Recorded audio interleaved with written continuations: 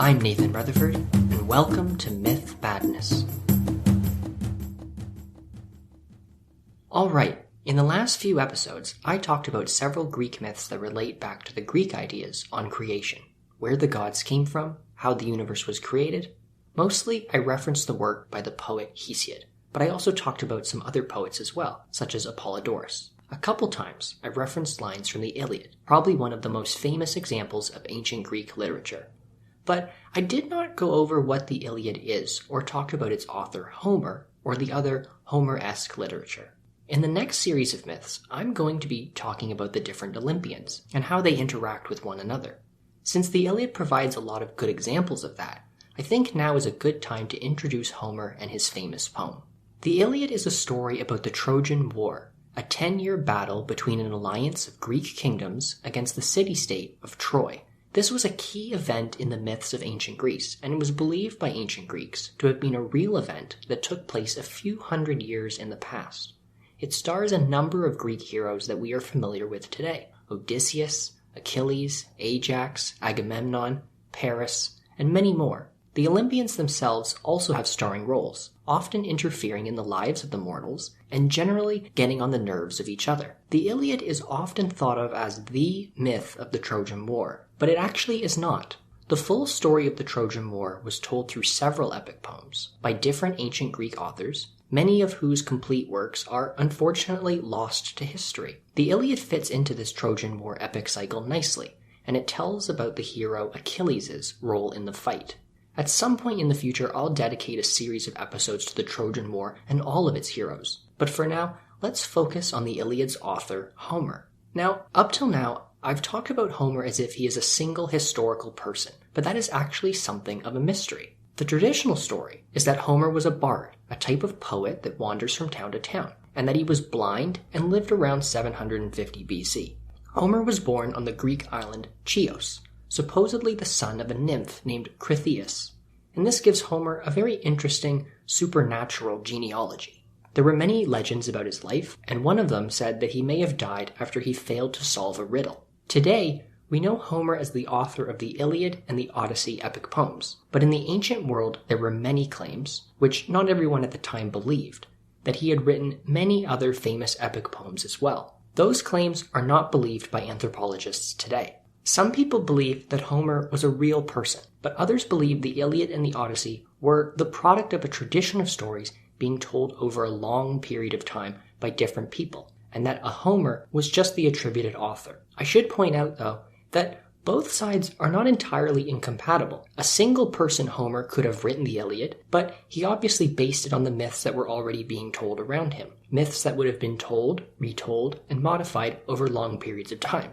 Or there could also have been a Homer that simply took bits and pieces of poems that were already in circulation and combined them together into the Iliad. What is interesting, though, is that the Iliad and the Odyssey are both written in a very particular style, and we call that style Homeric today. The style is poetry, and it's written in a rhythm called dactylic hexameter. The poems also feature language of multiple ancient Greek dialects from different places and at different points in time, but it is mostly based on Ionian Greek, the dialect spoken by the Greeks living in Ionia, or what is now Western Turkey. Homeric poems also repeat certain stock phrases and descriptions, a technique that would help a bard who had to memorize such long material. The style of rhythm, dactylic hexameter, was used by other Greek poets too, such as Hesiod, but it's widely considered that the cleanest Homeric style, the cleanest style of dactylic hexameter, is very particular to the Iliad and the Odyssey. But there are also other examples of ancient Greek literature that also very carefully use it, and these are the Homeric Hymns.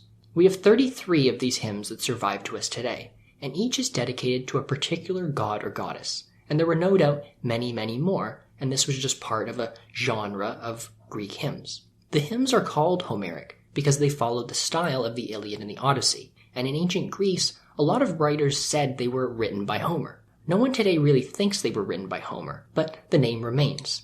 These hymns are some of the most ancient examples of Greek literature. They were probably written down around 700 BC or a few hundred years later. Remember, though, that the mythic tradition of ancient Greece was mostly oral. Some of these hymns likely existed in some way even earlier than that. The hymns vary in length. Some are short poems giving praise to a god, and others are a lot longer and tell entire myths. I wanted to introduce the Homeric hymns as I will be using them a lot over the next few episodes when I tell the myths centered on specific Olympians. And my first Olympian is Hera. I've also heard her name pronounced as Hera, so that may slip in throughout this episode.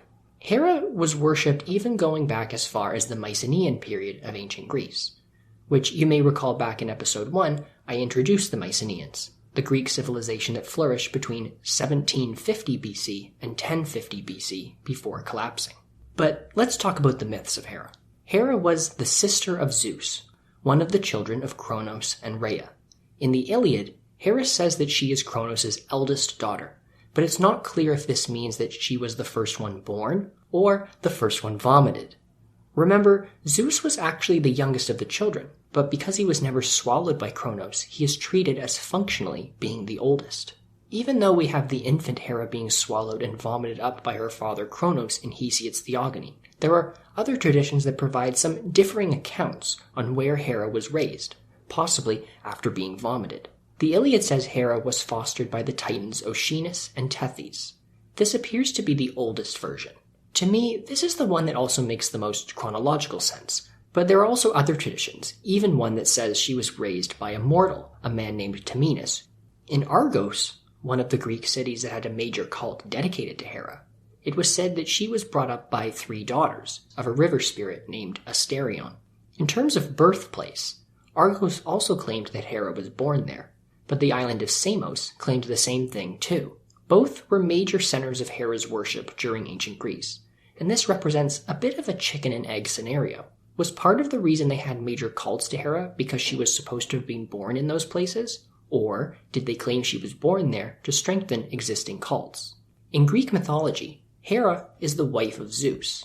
Hera is actually Zeus's 7th wife, or divine sexual partner, after Metis, Themis, Demeter, Eurynome, Mnemosyne, and Leto. According to Hesiod, Hera was the last of these divine partners, but other traditions say that Leto was an affair that took place after they were already married. There are a few hints at how Zeus and Hera got together. The most ancient, a single line from the Iliad, implies that they were deeply in love and says they lay on a couch together without their parents knowing. 2 other stories from later on involve a cuckoo bird. In both of these, Zeus disguises himself as a cuckoo bird to get close to Hera, and she either takes it as a pet or lets it sit in her lap. After Zeus reveals himself to her, she says that they need to get married. You should note here that Hera is actually one of the very few people in Greek mythology that is actually married in any real sense. Most of the coupling among the various deities is in a very casual fashion, and sometimes with very strong implications of rape. But Hera is very much married to Zeus and is described as his wife and his queen of heaven. Her reverence from the other gods stems from this fact. There are a few descriptions of the wedding of Hera and Zeus. The Greek playwright Aristophanes wrote his play The Birds in 414 BC. That play itself is pretty weird and deserves its own episode, but it does give a genealogy of the gods, and it also says that the 3 Moirae, the 3 Fates, officiated the ceremony that united Hera and Zeus together as husband and wife, and that Eros, a love god, held the reins of a chariot. So their wedding must have featured some kind of chariot procession followed by a ceremony. In Apollodorus' library, we are also told that Gaia, the earth, the ancestor of all the gods and goddesses, gave Zeus and Hera the garden of the Hesperides with its tree of golden apples as a gift. The Hesperides were the daughters of the Titan Atlas, and they were said to guard this tree. A Roman mythographer, writing in the year 200 AD, records that Gaia arrived at the wedding of Zeus and Hera with branches containing the golden apples, and that Hera asked her to plant them in a garden. Later, a serpent called Lacon was placed there as a guard when the Hesperides were found to be sneaking some of the apples. So we know a little bit about the wedding of Hera and Zeus. Where did they hold their wedding? As it happens, like with Hera's birth, numerous places in the Greek world claimed to be the site of her wedding, but one common location was Crete. After they were married, Zeus and Hera's children were Hebe, the goddess of youth, Ares, the Greek war god, and Eileithyia, the goddess of childbirth. Sometimes we also get Enyo, possibly another name for Eris, the goddess of discord and strife, as another of their children. Back in the Birth of the Gods episode, I mentioned Eris as one of the children of Nyx, the goddess of night. By some accounts, for example in Hesiod's Theogony, Hera is also the mother of the god Hephaestus, but with no father. The Queen of Heaven gave birth to him all by herself. I'll cover the circumstances of the birth of Hephaestus in his own episode, but know this first. Hera ended up abandoning the infant Hephaestus and throwing him off of Mount Olympus into the sea, all because he was born deformed. Apparently, the goddess of marriage, family, and childbirth wasn't the best example of a loving mom. Turns out, though, that Hera may have had another child by herself, too. The Homeric hymn to Apollo and Homer's Iliad tell another myth. They say that one day, disappointed with her deformed son Hephaestus and angry with her husband Zeus, Hera left the other gods and went away angry. She prayed, which I think is interesting, that here we have a goddess praying and not just being prayed to. Who did she pray to? Well, Hera prayed to earth and heaven, in other words, Gaia and Uranus, and also to the titans below the earth, and she prayed that she would give birth to a child without Zeus, a child who would be equal to Zeus in strength. After praying, Hera slapped the ground with her hand and then spent an entire year away from Zeus. She didn't sleep with him or advise him, but instead stayed alone in her temples. The months go by, and Hera gave birth to someone unlike gods or humans, a monster named Typhon. Like Hephaestus, Hera does not decide to raise Typhon. Instead, she gives the monster baby to a female serpent creature, the Pythia, the monster that guards the site where the Delphi oracle will eventually be established. So it seems that there were a few stories that involved Hera giving birth to children without Zeus's involvement. There's also marital friction between Hera and Zeus, and this is the cause of tension in a variety of Greek myths. In one, Hera and Zeus have an argument over whether males or females receive the most physical pleasure from sex. Zeus says females do, but Hera says males. To judge this, they go to a priest of Zeus named Tiresias.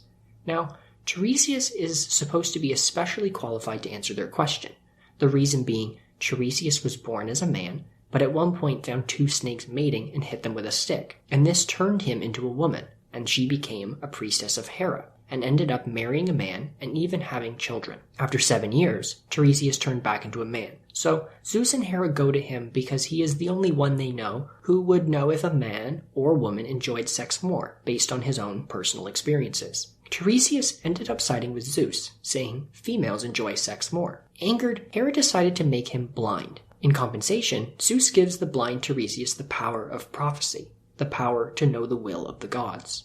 With that power, Tiresias plays a role in several other Greek myths, advising various people. So we have that example of marital friction. But the main reason for the poor relationship between Hera and Zeus is that time and time again, Hera gets cheated on by Zeus. He often cheats on Hera with mortals and immortals, and she is aware of this and is angered by it countless times. They do stay married, but Hera takes her anger out on Zeus's lovers and his illegitimate children. In one myth, Hera rushes to catch Zeus in the act with a mortal woman named Io, but Zeus sees Hera coming and turns his lover into a white cow. Hera guesses what he has done and instead asks for the cow as a present. Zeus can't refuse her, and so has to give Io to Hera. So Hera takes the cow Io, ties her to a tree, and gets her servant Argus to guard the cow. Now, Argus isn't your normal human being. Usually he is depicted as a giant with immense strength, and his body is covered with 100 eyes. But Hesiod also gives a slightly different description, saying that he has 4 eyes which look in every direction, and never tires, and can keep watch at all times. Eventually tries to set Io free, and he gets his son Hermes to do so. I haven't talked about Hermes in real detail yet, but know that he is a son of Zeus from another one of his immortal affairs. Hermes uses magic to put Argus to sleep, and then sneaks up on him and kills him with a rock. Io is then free to wander the earth, but Hera is not done tormenting her, and she sends a fly to follow the cow, buzz in her ear, and bite her skin. Hera also makes life difficult for those helping Zeus get away with his affairs.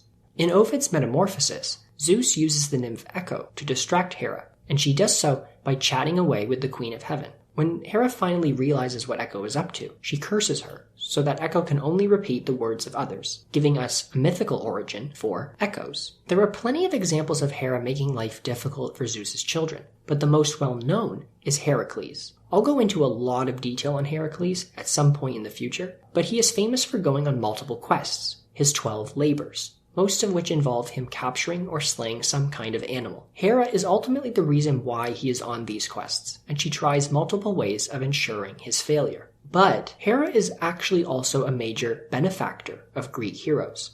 She's the divine patron of Jason, a Greek hero who goes on a quest to find the Golden Fleece, a fabulous treasure. Hera is also one of the main deities who supported the Greek side in the Trojan War. In the Iliad, there are several examples of Hera trying to manage things behind the scenes.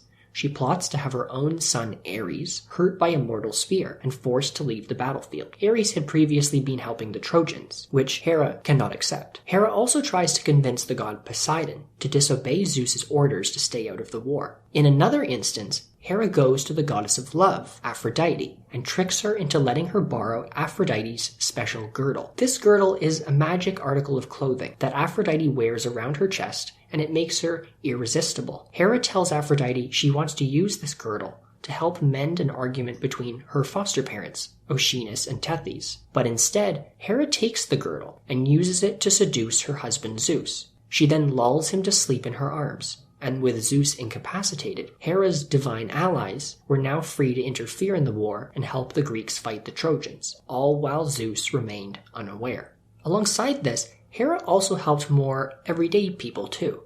And this is what Hera did for her priestess, Calliope. When Calliope's oxen were unable to carry the sacred chariot of Hera anymore, her sons pulled it the rest of the way to the temple. Calliope then asked Hera to grant them the best gift she could for their devotion to her, and Hera promised that they would die in their sleep. And in ancient times, dying in your sleep would actually be a very pleasant way to go.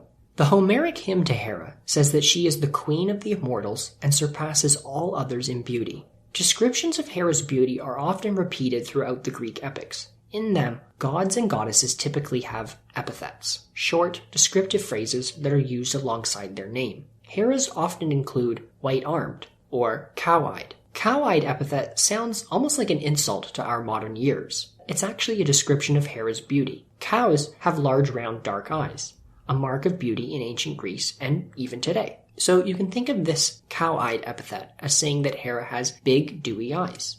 Even though she is the wife of Zeus, the beautiful Hera is desired by giants on several occasions. Porphyrion and Ephialtes are two that try to rape her and are blasted by Zeus with lightning. In another myth, Zeus invites a mortal king to Olympus, a man named Ixion. Now, if you get invited to Olympus to eat dinner with all of the gods, one would think you'd be on your best behavior, right? Use a napkin, mind your please and thank yous, that sort of thing. Well, Ixion did not remember his manners. He lusted after Hera and planned to rape her, and Zeus knew this and tested him by creating a Hera lookalike out of clouds. Ixion tried to rape this cloud person, failing the test, and his punishment is variously being blasted by Zeus's lightning or tied to a giant fiery wheel that spins for all eternity. For what it's worth, even with his cheating, Zeus isn't going to let anyone harm his wife and queen. But Hera does not just need her man to rescue her, though. On another occasion, she herself kills a giant named Foetus. Like many other Greek deities, Hera also has a chariot. In the Iliad, it's not clear if she uses it in combat or just for transportation. But she does arm herself and climb into her chariot ready to join the battle at one point, before being persuaded not to do so. Homer describes Hera's chariot as being pulled by 2 horses. This makes it a typical divine chariot then. Later in the Roman period, the Roman poet Ovid tells us her chariot is pulled by peacocks. At that point in time, the peacock was viewed as a very special symbol of Hera. Now, multiple Greek myths cover how the Olympians established their cults, how they patronized a particular site, person, or city. A few of these stories feature contests between 2 Olympians for who should be honored first. Hera and her brother Poseidon competed to be the patron of the city of Argos.